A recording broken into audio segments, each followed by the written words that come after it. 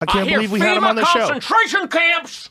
Was that an Alex Jones impression? It was getting close, wasn't it? Alex Jones is a performance artist. Is that what you're claiming? You know what? I asked people on Twitter what I should ask you, and overwhelmingly, it's all like, why does he legitimize quacks like Alex Jones? It creates a false equivalence problem. Oh, no. Why does he interview so many bad faith actors like Alex Jones? How many people do I interview like Alex Jones? Yeah. First of all, I don't interview anybody. I'm not interviewing you, am I? Nope. I'm not an interviewer. I suck at that. I've kind of interviewed Ron Miscavige yesterday. I talk to people, and I record it. That's it. I'm not a journalist by any stretch of the imagination. Alex Jones has been my friend for 20 years. He's fucking crazy. I showed everybody how crazy he was on my podcast by getting him high and drunk and have him talk about interdimensional child molesters. If you watch that and you think I'm legitimizing Alex Jones in some sort of a way, then you're looking at things in a very cookie-cutter way. You're deciding that this is what I've done. But a lot of people listen to you, and so I think the criticism that these people have is like people put faith in you, and they assume that if you don't raise a question against something, that means that you tacitly agree with what's being said, and that allows the spread of a lot of bullshit. Questions about Alex? Well, I don't know. I didn't listen to your episode. I definitely raised questions, but we were more bullshitting than anything and having fun, and he was hammered. I mean, look, people got a chance to see him. They're actually using footage of the conversation that we had against him in his custody battle. Because they're saying he was in Los Angeles on film smoking marijuana. He's a loose cannon. And that's literally being used against him. He doesn't. He doesn't give a fuck. Really? They asked him a question about his kid. Battle? They asked him a question about his kid. He couldn't remember. He goes, "Oh, I'm sorry. I had a large bowl of chili for lunch today. I can't remember." He's fucking crazy. He's crazy, and he makes ridiculous amounts of money. Alex Jones, he doesn't give a fuck. He's a great guy. I swear to God, he's a great guy. Okay. He's just got a ridiculous platform, and he's kind of character. But that's who he is, man. You think he's a performance artist? I think there is a part of what he does that is most certainly theater. I think anybody who doesn't Tide goes see in, that, tide goes out. Tide comes in, tide comes out. it's a bad impression. You got to work on it. Okay. It's almost as bad as my Trump impression. Fortunately, I never listened to Alex Jones, so I don't actually know what he... I mean, I see clips of him when someone shares something with me online, but like, life's too short to listen to Alex Jones. The best clips are when he gets mad and then he apologizes. I'm a Christian. I'm sorry. So I have seen those. Someone said something about him recently, and he went all, I never swear. I never swear. In 20 years, I've never sworn on the air, but this fucking faggot. Like he went fucking crazy.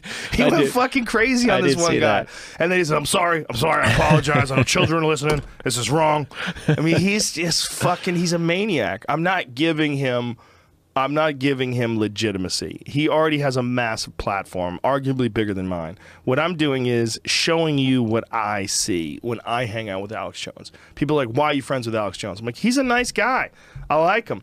Look, I have a friend who I argued with for a fucking hour yesterday who thinks, I'm pretty sure he thinks the fucking world is flat. Yeah, that's another one that I got. He thinks satellites aren't real. Bravo? Yeah, he thinks satellites aren't real. He doesn't believe in dinosaurs. He thinks dinosaurs are bullshit. He doesn't believe in nuclear bombs. He's out to lunch. He doesn't believe in nuclear bombs. Listen, man, you can't even hold it to the fire. It's ridiculous. I don't understand his thought process. And again, I've been friends with him as long as I've been friends with Alex Jones. I'm way closer with Eddie. Way closer. Like, Eddie's one of my best friends. He's fucking crazy. But if you talk to him about conspiracies, but if you talk to him about like MMA, or he's a jiu-jitsu genius. I mean, he's like one of the very best jiu-jitsu instructors on the planet Earth, without a doubt. I mean, this comes back again to the like how we can compartmentalize our minds, right? Yes, it's like a religious person who believes in the story of Jesus, but is also otherwise super intelligent. That's a perfect analogy. Yeah, yeah. It's and you know, I don't know how people's brains work. I don't understand. I've tried to study like people's really irrational thinking and try to, but you know what I worry more than anything? I worry that it's a contagious disease. I think it is. And this is why I'm a bit worried about where we're at culturally at the moment, and because I think that concern about irrationalism being contagious is not too dissimilar from my concern about a disrespect for the idea of truth and falsehood being contagious. So, you know, when I was talking about this analyst, this Russian journalist who was talking about the ways in which Putin and Chavez and Erdogan in Turkey and the Hungarian dictator, well, not dictator, Hungarian president who is becoming a quasi-dictator, the way that they kind of use the muddiness of the whole question of what's true or false as a way of throwing sand in the gears of the whole democratic process and sand in the gears of people's ability to kind of analyze the world and figure out what's true and false and what's important and not important.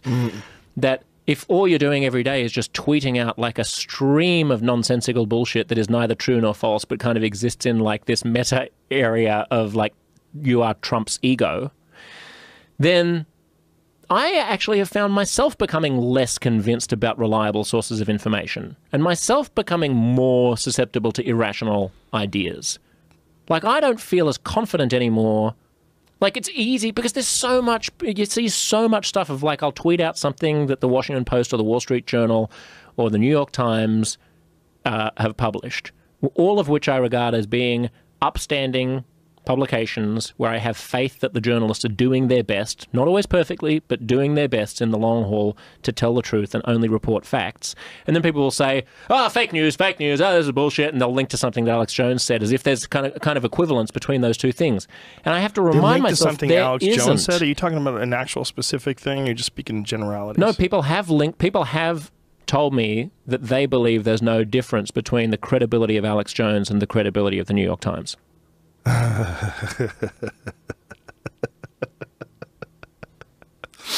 Does the New York Times talk about interdimensional child molesters? Not yet, but let's give them time, Joe. It's early days in this administration. The New York Times has fucked up in the past. Yeah. And they have strayed from unbiased journalism, which is an issue. Because as soon as you start doing that, as soon as you editorialize the news, you open yourself up for people who point out that you editorialize the news and then point out the fact that you're biased. And look, they have, but hold on, they have been. That's an issue. And I think they realize that that has been used against them. And I think that's one of the things that they addressed when they talked about sort of reinvigorating the idea of objective journalism. And they started talking about that after the Trump election, after he was elected president.